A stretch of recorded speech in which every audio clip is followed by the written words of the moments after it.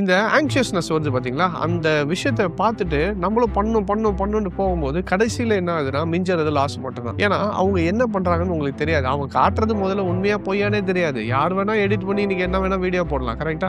So முதல்ல நீங்க நல்லா புரிஞ்சுக்கோங்க. ஒருத்தன் பண்றான் அப்படின்னு சொல்லிட்டு ஒருத்தன் காமிச்சானா, இம்மீடியட்டா அத நம்பிட்டு நாமளும் அதே மாரி பண்ண முடியும்ன்றத நம்பி போய் பண்ணாதீங்க. முதல்ல ஆங்ஷியஸா இருக்காதீங்க. ட்ரேட் எடுக்கணும். அந்த சர்ஜ் வரும்போது we have to be very careful. அதே மாரி பார்த்துட்டு அவன் பண்ணா நானும் பண்ணிடணும். ஸோ இந்த விஷயத்துல ரொம்பவே கேர்ஃபுல்லா இருங்க. ஏன்னா நெறைய பேர் இந்த தப்ப பண்ணி தான் பல பேர் மார்க்கெட்ல லாஸ் ஆனது.